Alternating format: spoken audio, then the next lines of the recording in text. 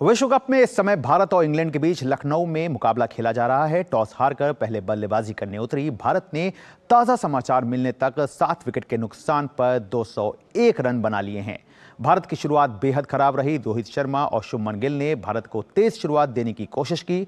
हालांकि गिल 9 रन बनाकर वोक्स की गेंद पर बोल्ड हो गए। शानदार फॉर्म में चल रहे विराट कोहली खाता भी नहीं खोल पाए। श्रेयस अय्यर को 4 रन पर वोक्स ने आउट किया। इसके बाद आए केएल राहुल के साथ मिलकर रोहित शर्मा ने पारी को आगे बढ़ाया और स्कोर को 100 के पार पहुंचाया। इस बीच रोहित शर्मा ने अपना अर्धशतक भी पूरा किया। राहुल 39 रन बनाकर आउट हुए। इसके कुछ देर बाद ही रोहित शर्मा 87 के स्कोर पर आउट हो गए, जबकि रवींद्र जडेजा 8 पर पवेलियन लौट गए। तो आइए इस मुकाबले पर और ज्यादा जानकारी के लिए सीधे न्यूज रूम से जुड़ते हैं अपने संवाददाता नारायण से। जी नारायण, जैसा कि हम लोग पहले भी चर्चा करते आ रहे थे और ये देखने वाली बात थी कि भारत को जब टारगेट सेट करना होगा तो किस तरह की बैटिंग लाइनअप निकल करके सामने आएगी, किस तरह से एक माइंड सेटअप जो है वो निकल करके सामने आएगा। लेकिन अभी फिलहाल जो सिनारियो बनता हुआ दिख रहा है उसको क्या कहेंगे आप, कैसे देखते हैं इसको? जी बिल्कुल, भारत की बात करें तो पहली बार इस विश्व कप में भारत पहले बल्लेबाजी करता है और कर रहा है। और इससे पहले जितने भी मैच भारत ने खेले वो टारगेट को चेस करते हुए खेले, सभी मैच जीते। तो कहीं ना कहीं आप देखिए, रोहित शर्मा ने भी टॉस के बाद कहा था कि वो भी बल्लेबाजी करना चाहते थे, क्योंकि वो भी जानते हैं कि आने वाला जो मैचेस हैं, जो काफ़ी इंपॉर्टेंट मैचेस होंगे, तो वहाँ पर कहीं पर अगर ऐसी सिचुएशन बनी कि भारत को पहले बैटिंग करना है, नॉकआउट स्टेज में ऐसी सिचुएशन बनी कि भारत को पहले बैटिंग करना है, तो कहीं ना कहीं एक पहले आप देखते हैं उस चीज़ से गुजर जाते हैं तो कहीं ना कहीं आपको अगले पड़ाव पर उसका एक फ़ायदा मिलता है, आपको मदद मिलती है। वही आज देखने को मिला। जो आशा कर रहे थे कि हम भारतीय टीम आज फिर एक बड़े स्कोर की ओर जाएगी, यहाँ पर वो देखने को नहीं मिला। लेकिन जिस तरह से पारी संभाली, वो भी रोहित शर्मा ने जिस तरह से एक ओर से विकेट गिर रहे थे, एक ओर से अपना वो पारी संभाल रहे थे, वो भी काबिल तारीफ है। शतक से चूक गए वो काफ़ी थोड़ा निराशाजनक होगा। अगर शतक लगता तो एक कॉन्फिडेंस बूस्टर होता उनके लिए भी, क्योंकि काफ़ी अभी टूर्नामेंट बचा है। इंडिया का ये 6ठा मैच है और उसके बाद ग्रुप स्टेज में 3 मैचेस हैं और आगे देखेंगे तो आगे भी काफ़ी मैचेस बचे हैं। तो उस लिहाज से एक टेस्ट होगा भारतीय टीम के लिए, पहले टारगेट सेट करके किस तरह से अपने अपोनेंट से मैच जीता जाए। बिल्कुल नारायण, लेकिन साथ ही साथ एक ये बात जरूर जहन में आती है कहीं ना कहीं। वैसे इस वक्त हमारे साथ अभिषेक भी जुड़ गए हैं, तो सीधे अभिषेक का रुख कर लेते हैं जो कि लखनऊ के इकाना स्टेडियम में मौजूद हैं। अभिषेक, दिन में जब बात की थी तो यही सवाल आपसे भी सबसे पहला किया था कि ये पहला मौका है जब भारत इस वर्ल्ड कप में टारगेट सेट करने जा रहा है।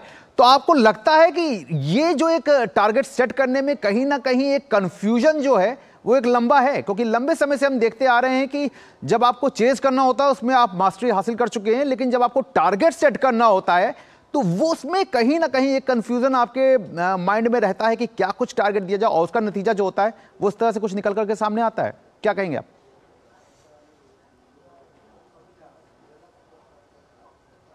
बिल्कुल गौरव, हम पहले भी ये बात कर रहे थे कि कहीं ना कहीं टीम इंडिया हो सकता है कि फंसे नॉकआउट आने से पहले।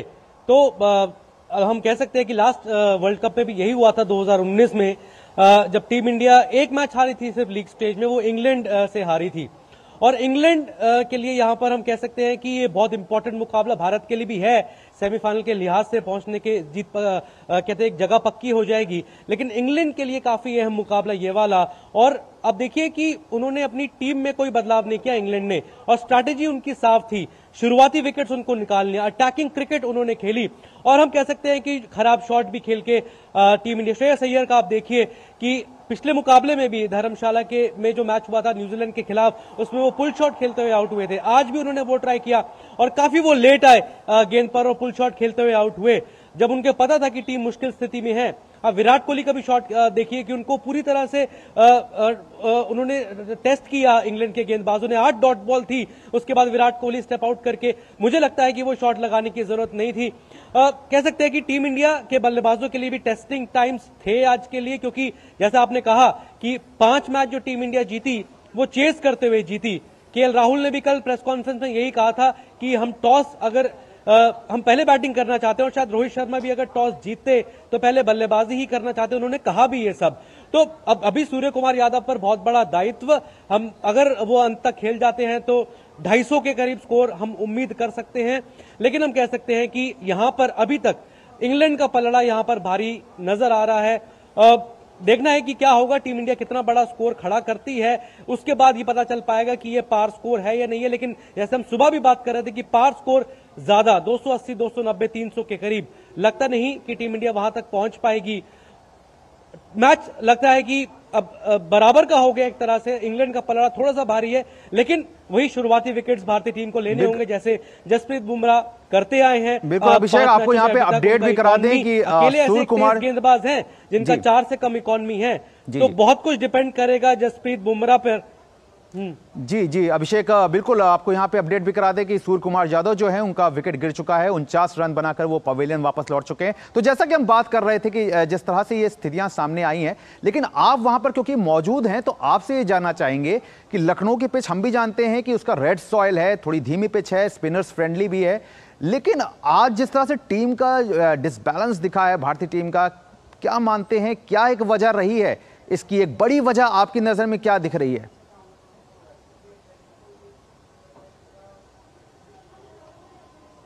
देखिए, सबसे पहले हार्दिक पांड्या का इंजर्ड होना। आप देखिए हार्दिक पांड्या 2 की जगह बनाते हैं, जैसे आप देखिए कि गेंदबाजी और बल्लेबाजी दोनों में ही वो सक्षम है, टीम के उप कप्तान भी हैं।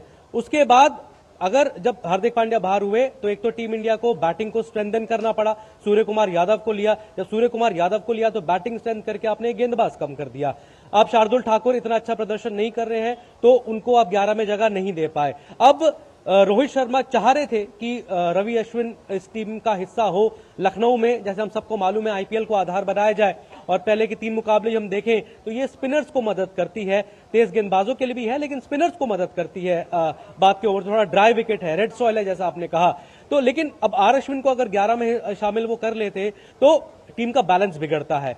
अगर 11 में वो शामिल होते या तो फिर टीम इंडिया भरोसा करती कि जडेजा नंबर 6 पर बल्लेबाजी कर सकते हैं, न्यूजीलैंड के खिलाफ उन्होंने अच्छी बल्लेबाजी की थी, लेकिन अगर जैसे आज वाली हालत होती, अगर सूर्य कुमार यादव टीम का हिस्सा नहीं होते तो शायद जो अभी स्थिति है उससे भी बदतर स्थिति होती, तो टीम का बैलेंस खराब होता। Horses for courses Rohit Sharma ने कहा था, या तो फिर टीम इंडिया एक तेज गेंदबाज कम करके मोहम्मद शमी या मोहम्मद सिराज में से एक कम करके 3 स्पिनर्स के साथ जाती, लेकिन रोहित शर्मा वो रिस्क लेना नहीं चाह रहे थे। तो हार्दिक पांड्या का जाना पिछले मैच में तो हमें नहीं खरा उसके, लेकिन अभी हम कह सकते हैं कि उनकी कमी जरूर नजर आई और टीम का जो बैलेंस है वो थोड़ा सा गड़बड़ा गया। लेकिन आप कहते हैं ना कि इसीलिए बेंच स्ट्रेंथ होती है, इसलिए आप जो खिलाड़ी होते हैं ना, जो बेंच में बैठे होते हैं, उनको हर मैच के लिए रेडी होना चाहिए।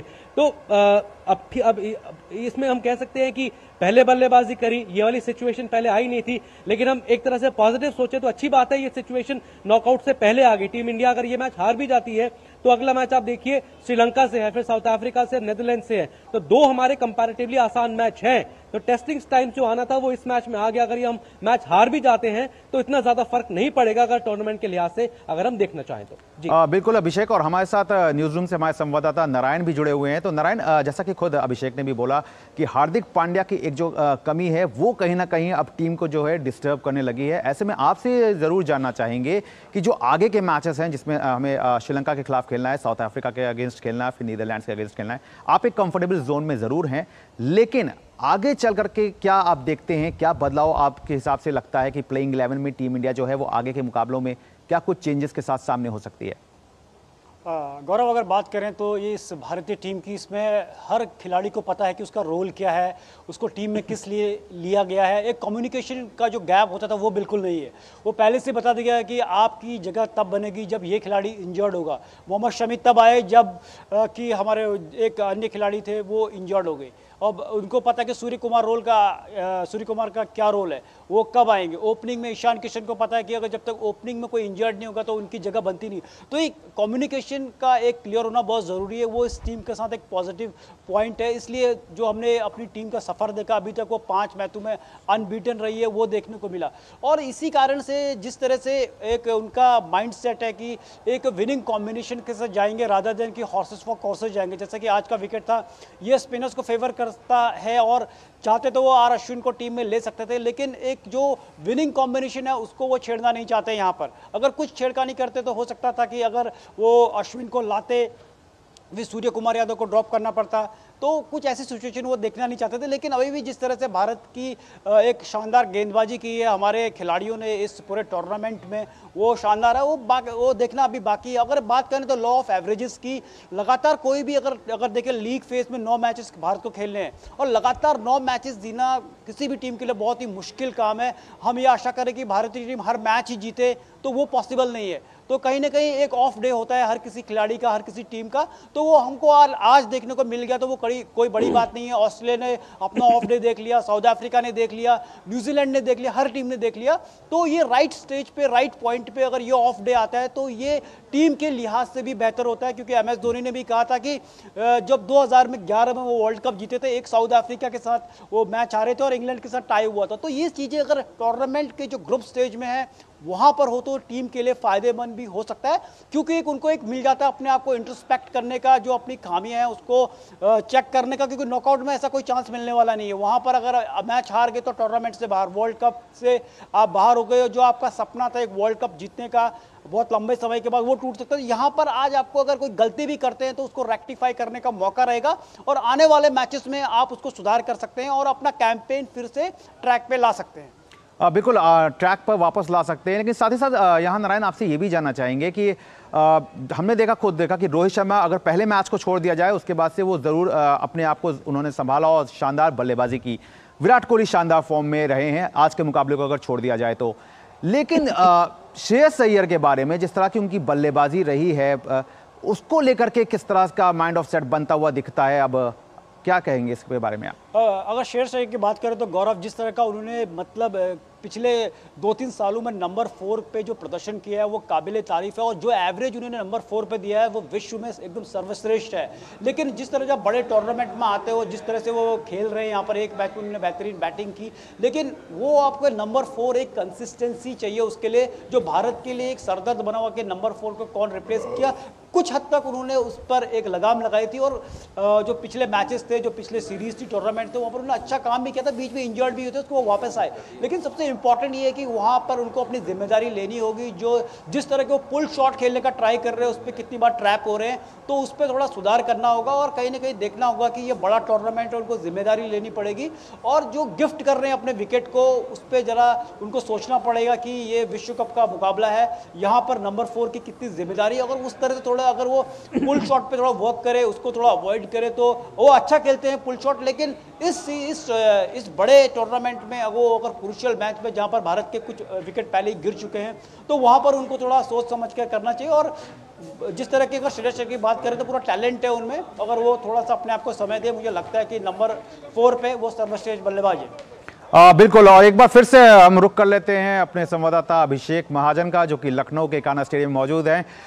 तो अभिषेक, बल्लेबाजी तो चलिए जैसे तैसे अब जो भी स्कोर होगा वो सामने आ जाएगा, लेकिन अब बहुत बड़ी जिम्मेदारी जो है वो गेंदबाजों पर रहने वाली है। और इसमें कोई दो राय नहीं है कि गेंदबाजों ने अब तक अपने काम को बखूबी निभाया है, क्योंकि कोई भी टीम इंडिया के अगेंस्ट में अभी तक 300 रन स्कोर नहीं कर पाई।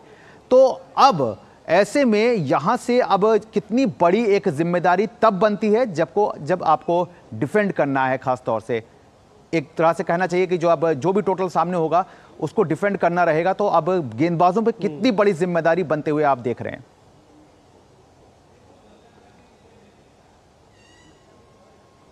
बिल्कुल गौरव, सही कहा आपने कि लेकिन देखना होगा कि कितना बड़ा स्कोर खड़ा करते हैं। लेकिन बहुत बड़ी जिम्मेदारी होगी जसप्रीत बुमराह पर, मोहम्मद सिराज पर और मोहम्मद शमी पर। शुरुआती ओवर्स में 2-3 विकेट निकालना काफी जरूरी हो जाता है। आप देखिए कि एक मैच में भी अगर जॉस बटलर कप्तान की बात करें तो एक मैच में सिर्फ उन्होंने 40 से ऊपर बनाया न्यूजीलैंड के खिलाफ। उसके बाद उन्होंने 40 का मतलब हम कह सकते हैं कि 30 से ऊपर भी वो नहीं गए हैं। तो डेविड मलान ड्यू हैं, जॉनी बेयरस्टो ड्यू हैं, जॉस बटलर भी ड्यू हैं, बेन स्टोक्स ड्यू हैं। लेकिन हम देखें अगर जिस तरह से टीम इंडिया के बल्लेबाजों ने बल्लेबाजी की है, अगर शुरुआत के 2-3 अगर विकेट्स निकल जाते हैं, जसप्रीत बुमराह को पहले स्पेल में अगर 2-3 विकेट 1-2 विकेट मिल जाते हैं और पहले पावर प्ले में अगर टीम इंडिया 2-3 विकेट निकाल लेती है तो मैच किसी भी तरफ रुक कर सकता है। लेकिन हम ये कह सकते हैं कि टीम इंडिया का जो टोटल है, बॉलर्स के पास ज्यादा कुछ करने को है नहीं। लेकिन हाँ, टीम इंडिया की अगर जिस तरह की गेंदबाजी चली है अभी तक पूरे टूर्नामेंट में, वर्ल्ड क्लास गेंदबाज है। लेकिन हाँ, आपको ओवर बाय ओवर हम कह सकते हैं कि खेलना होगा, पैनिक नहीं करना है रोहित शर्मा को। अभी तक उन्होंने जो कप्तानी करी है, बढ़िया कप्तानी करी है, लेकिन उनको पैनिक नहीं करना है। ऐसे जब कम स्कोर होता है तो हमने देखा है कप्तान क्या करते हैं कि छोटे छोटे स्पेल करवाते हैं। अगर 5-6 रन भी एक ओवर में चले गए तो वो दूसरा गेंदबाज ले आते हैं। पैनिक नहीं करना है, आपको लंबा स्पेल देना है गेंदबाजों को। जिन गेंदबाजों ने पिछले 5 मैचों में अच्छा प्रदर्शन किया है, आपके पूल में आपके पिछले 1-2 साल में जो बढ़िया प्रदर्शन करते हुए आए हैं, उनको आपने टाइम देना है विकेट लेने के लिए। और गुच्छे में टीम इंडिया ने विकेट लिया है। आप देखें, अफगानिस्तान के खिलाफ भी यही हुआ था, पाकिस्तान के खिलाफ भी यही हुआ था, गुच्छे में टीम इंडिया ने विकेट लिए। अगर आज भी टीम इंडिया ये करने में अगर सक्षम हो जाती है तो हम कह सकते हैं कि जो हमारी गेंदबाजी है वो सक्षम है किसी भी टोटल को डिफेंड करने में। तो एक बहुत बड़ी चुनौती है गेंदबाजों के लिए। हमेशा ऐसा होता है कि टीम इंडिया के जो गेंदबाजों ने पहले गेंदबाजी करी है, लेकिन हम कह सकते हैं कि बहुत बड़ा टाइम है। जैसे नारायण ने भी ये जिक्र किया कि ये पहली बार ऐसा मौका आया जब टीम इंडिया ने पहले बल्लेबाजी करी है। तो ये बहुत बड़ा मौका है, बहुत बड़ी जिम्मेदारी है। बहुत हमें चीजें चेंज करने, हम कैसे ज्यादा चेंज करने की जरूरत नहीं है, हमें चेक करना होगा एक रेक्टिफाई कहां रेक्टिफाई करना है, क्योंकि नॉकआउट में आपको मौका नहीं मिलता है। लीग स्टेज में आपको फिर भी मौका मिल गया है। जैसा मैंने पहले भी कहा कि आपके जो 3 मैच है उसमें से 2 मैच आपके कंपैरेटिवली आसान है। तो सेमीफाइनल की डगर मुश्किल नहीं है, लेकिन हाँ, एक आपको एक रिमाइंडर मिल गया है, चेक एक मिल गया है कि हाँ, आपको कहां सुधार करने की जरूरत है।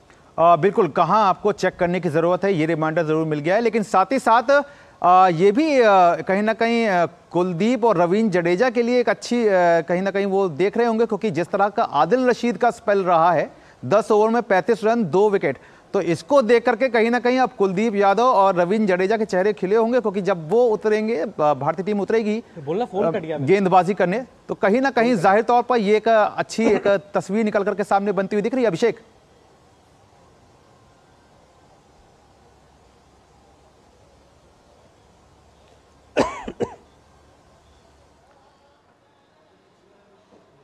चलिए नारायण से जुड़ लेते हैं। नारायण, जिस तरह का एक पूरा स्पेल रहा है आदिल रशीद का, तो आप क्या कहते हैं, क्या देखते हैं, किस तरह से देखते हैं कि आदिल रशीद ने जिस तरह से 10 ओवर में 35 रन देकर के 2 विकेट निकाले हैं, उसको देख करके कहीं ना कहीं जो तस्वीर कुलदीप यादव और रवींद्र जडेजा के लिए है, वो कहीं ना कहीं एक अच्छी तस्वीर पेश कर रहा है। जी बिल्कुल गौरव, अगर देखें तो स्पिन डिपार्टमेंट इस वर्ल्ड कप में भारत का सबसे पॉजिटिव पॉइंट रहा है। अगर किसी भी मैच भारत ने भले ही मैच चेज किए, अगर शुरुआत में देखें तो एक पाकिस्तान के साथ भी जो मैच हुआ था उसमें लग रहा था कि पाकिस्तान कहीं 300 का स्कोर हासिल कर लेगा, लेकिन जो मिडिल ओवर्स में जो मैच को कंट्रोल किया वो हमारे स्पिनर्स ने किया है। 10 से लेकर 40 ओवर तक जो उन्होंने एक पूरे टूर्नामेंट में विरोधियों को एक 300 रन का जो लक्ष्य है वो छूने नहीं दिया, तो उसमें हमारे जो स्पिनर्स है उनका अहम रोल नजर आता है। और देखिए, किसी भी टीम को देख लीजिए इस वर्ल्ड कप में, चाहे वो एडम जाम्पा हो, चाहे साउथ अफ्रीका के लिए केशव महाराज हो, और किसी भी टीम के लिए एक फ्रंटलाइन स्पिनर है जो उसके मैच को कंट्रोल कर रहा है मिडिल ओवर्स में, वही यहां पर कुलदीप यादव और रवींद्र जडेजा ने किया है। और वही आज उसकी वो रिपीट यहां पर करने पूरी कोशिश करेंगे, क्योंकि जो कंडीशंस हैं वो उनके लिए एकदम राइट हैं और वो उसको पूरा एक्सप्लॉइट करने की कोशिश करेंगे। और जिस तरह से एक ये मैच है, लो स्कोरिंग लग रहा है, ऐसा नहीं कि भारत मैच से भी पूरा आउट हो गया, क्योंकि भारत की बॉलिंग भी बहुत अच्छी है। जिस तरह से मोहम्मद शमी ने स्पेल डाला है, बुमराह ने स्पेल डाला है और सिराज ने स्पेल डाला है, एक राइट एरियाज में बॉल डाल के उन्होंने काफी परेशान किया है। तो अभी हमको देखने को मिल सकता है कि वही चीज आज वहां पर वो रिपीट करें। और इंग्लैंड की जो बल्लेबाजी जो पहले ही से रन नहीं बना पा रहे पूरे टूर्नामेंट में, बिल्कुल नारायण, यहाँ पे आपको रोकेंगे और एक बार फिर से अभिषेक जो है वो हमारे साथ जुड़ गए हैं। तो अभिषेक, बहुत सही अंदाज में आपने बातों को सामने रखा, लेकिन सही एक बार ये भी बात कहीं ना कहीं देखने को मिल रही है कि जिस तरह से आदिल रशीद की बात की मैंने कि 10 ओवर में 35 रन देकर के उन्होंने 2 विकेट लिए, तो इस सॉइल को देख करके कहीं ना कहीं कुलदीप यादव और रवींद्र जडेजा के चेहरे खिल गए होंगे, क्योंकि जब भारतीय टीम उतरेगी गेंदबाजी करने तो ये जो आंकड़े होंगे वो इन दोनों गेंदबाजों के दिमाग में होंगे कहीं ना कहीं।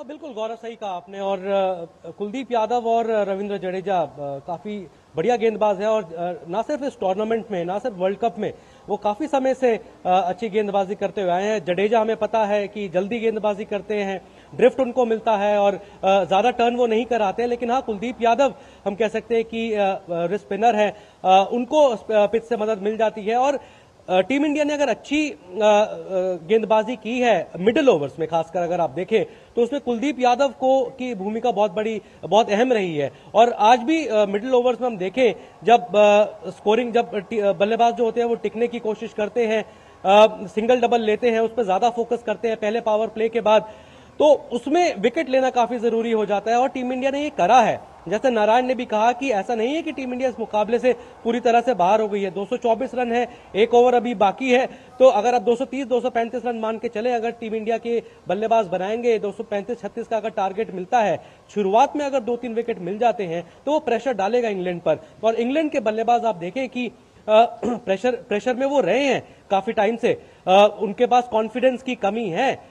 भले ही ऑन पेपर लिस्ट में हम कह सकते हैं कि बड़े बल्लेबाज जरूर हैं, लेकिन आप देखिए कि उनके पास जो पूरे टूर्नामेंट में अभी उनके बल्लेबाज चल नहीं पाए हैं, तो इतना आसान नहीं होने वाला इंग्लैंड के लिए। ऐसा नहीं है कि वो आते ही अटैकिंग क्रिकेट शुरू करेंगे, वो भी देख के खेलेंगे, वो भी देखेंगे कि उनके पहले संभल कर खेले, ज्यादा विकेट ना गवाएं वो शुरुआती मोमेंट्स में, और वही उसी मोमेंट को टीम इंडिया को कैप्चर भी करना है, उसी को कैपिटलाइज भी करना है और एक कॉन्फिडेंस होना चाहिए। गौरव, आप देखें कि 5 मैच आप जीत चुके हैं, आपको लोग पहले ही बोल चुके हैं कि आप सबसे बेहतर क्रिकेट खेल रहे हैं, सबसे बढ़िया क्रिकेट आप खेल रहे हैं, आपको कॉन्फिडेंस होना चाहिए। रोहित शर्मा को अटैकिंग क्रिकेट यहां पर खेलनी चाहिए, अटैकिंग फील्ड यहां लगाना चाहिए, स्लिप्स लगाएंगे, वो थर्ड मैन को भी ऊपर रख सकते हैं, तो देखने वाली बात होगी, थोड़ा फाइन रख सकते हैं, तो देखने वाली बात होगी कि टीम इंडिया की स्ट्रैटेजी किस तरह की रहती है। और जिस तरह का क्रिकेट वो पूरे टूर्नामेंट में खेलते हुए आए हैं, प्रेशर डालिए, दबाव डालिए इंग्लैंड के बल्लेबाजों पर, और 2-3 विकेट अगर मिल जाते हैं, मैच अगर हम नहीं भी जीतते हैं तो क्लोज तो कर ही सकते हैं ना,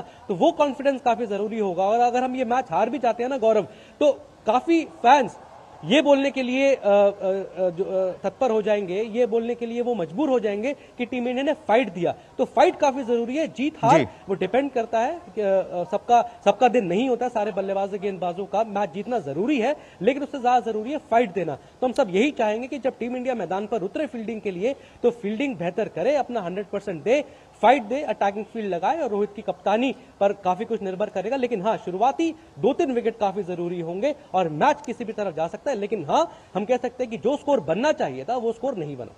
जाहिर तौर पर अभिषेक, एक अटैकिंग खेल जो है वो कहीं ना कहीं अब टीम इंडिया को खेलना होगा और बड़ी जिम्मेदारी जो होगी वो गेंदबाजों पे होगी। बहरहाल आपने लखनऊ से जो इतने बढ़िया आपने जो आइडियाज़ दिए हैं और जो बातें बताई हैं उसके लिए आपका बहुत बहुत शुक्रिया, और नारायण आपका न्यूज़ रूम से जुड़ने के लिए बहुत बहुत शुक्रिया। तो जाहिर तौर पर टीम इंडिया के लिए यहाँ पर जो बातें हैं वो काफ़ी ज़्यादा अब बड़े रूप में सामने आएगी, क्योंकि ये जो एक चुनौती थी इसकी बहुत समय से बात हो रही थी और इसी की एक बात चल रही थी कि किस तरह से टीम इंडिया को जब अपना टारगेट जो है वो डिफेंड करना होगा तो किस तरह से वो माइंड जो अप्लाई होगा, वो आइडियाज़ जो अप्लाई होंगे, उसका आज जो टेस्ट होगा वो अब से कुछ देर बाद सामने आएगा। बहरहाल हमारी इस खास पेशकश में फिलहाल इतना ही। हमारी पूरी टीम को दीजिए इजाज़त। नमस्कार।